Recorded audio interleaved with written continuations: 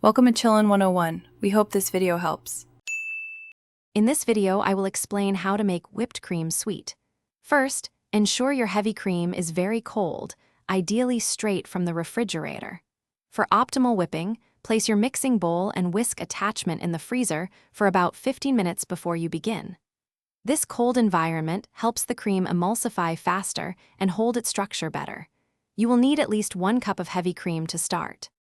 Now, let's talk about sweetening. Powdered sugar, also known as confectioner's sugar, is highly recommended because its fine texture dissolves easily, ensuring a smooth, non-gritty whipped cream. Begin by adding about 2 tablespoons of powdered sugar per cup of heavy cream. You can adjust this amount to your taste. While granulated sugar can be used, it might leave a slightly grainy texture. With your cold cream and chosen sweetener ready, it's time to whip. Start your mixer on medium-high speed. As the cream begins to thicken, gradually add your powdered sugar and a half teaspoon of vanilla extract.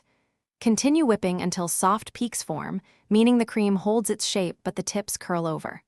For a firmer cream, keep whipping until stiff peaks are achieved, where the peaks stand straight up.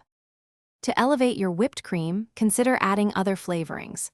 A 1/4 teaspoon of almond extract or a few drops of peppermint extract can create delightful variations.